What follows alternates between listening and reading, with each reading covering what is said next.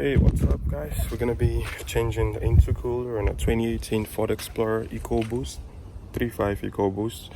Let's get to it. Shouldn't be pretty bad. Quarter intake has to come out.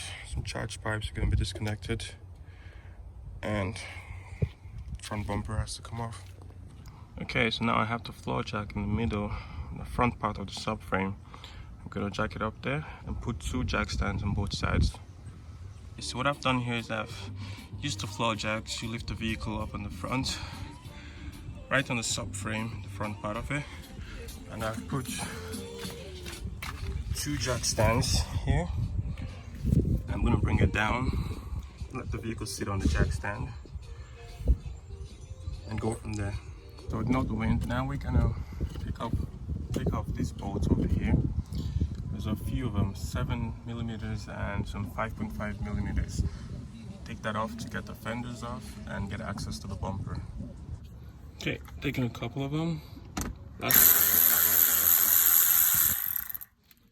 there's one more 5.5 over there. This is little flare, whatever that is out. Couple trim screws you just need to pop out over here. That comes in easy. This is driver's side. We're gonna do the same thing. Taking out the bolts over here, 5.5s all the way, and this just pops out like this. That's out.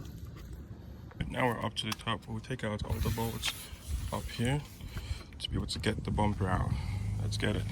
On both sides of the front bumper, there's 3 bolts in there. 1, 2, 3. It's gonna be a bit tricky to show you guys, but I'm gonna try to get in there. So that's it. 1, 2, 3.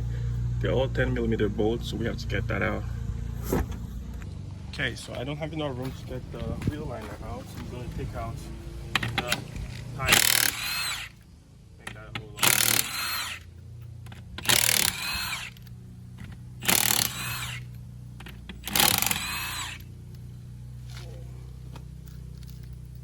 So I took out the tire, and then we have all these clips that needs to be taken out.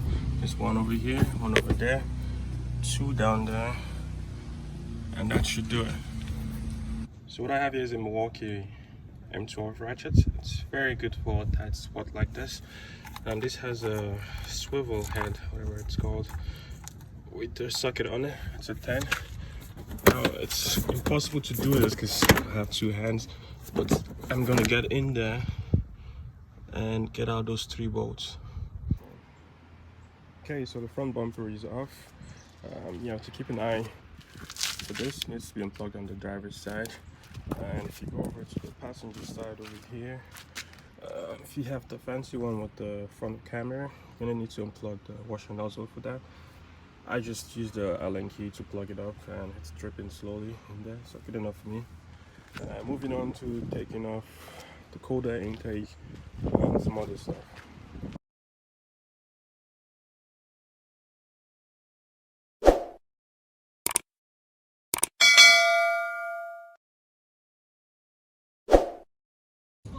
Okay, so I'm just gonna take these 2 pieces off. There's one over here, one over here. I'm gonna use this trim puller to get it out. Okay, so I'm beginning my cut over here. I'm using both of these, whatever. I would have a list to all the tools I use in this video and the link in the comments below. Trying to get a clean cut. Using a combination of different tools, I was able to make precise cuts here, and I'll repeat the same thing. Okay guys, we're finally there. So after a few cutting off camera, of course, because I can do that, I've made a decent enough cut over here, and I'm satisfied with it. So now we're gonna get the old intercooler out.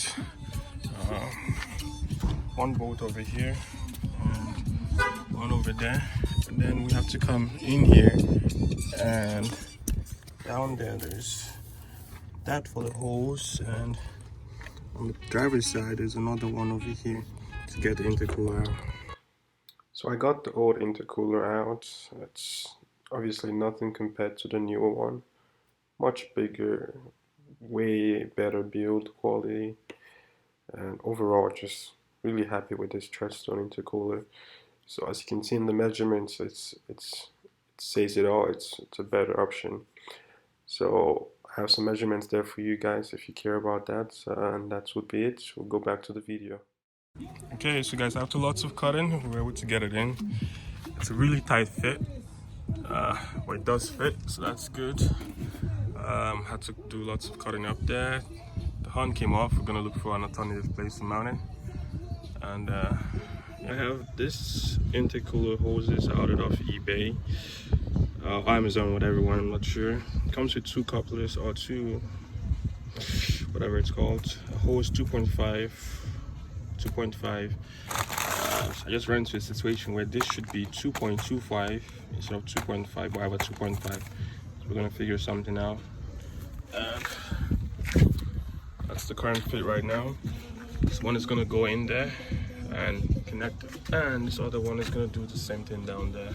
Okay, so it's much difficult than I figured to do this at the same time record, but long story short, I cut a little bit of the hose I got because I don't need all of it, and it's sitting on there over there, and same thing on the other side.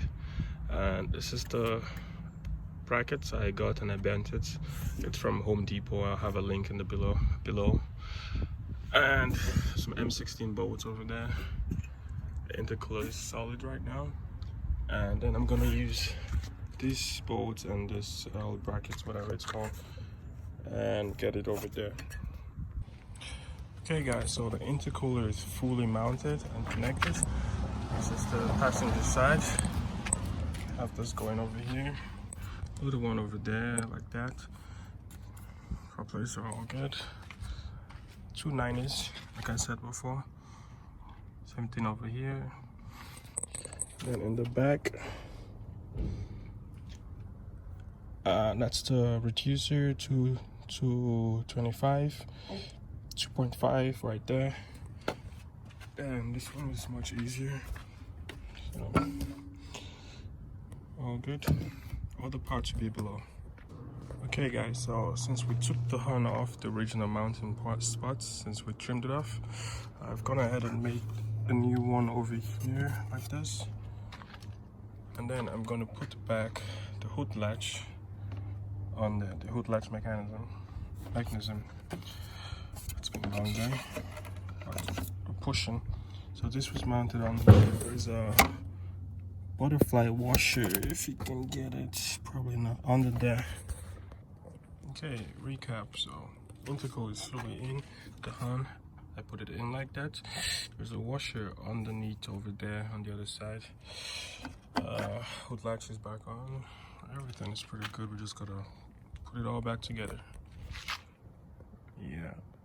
Alrighty, so if you've done everything right, you repeat the same process and she goes back right together. And there she is. Treadstone intercooler.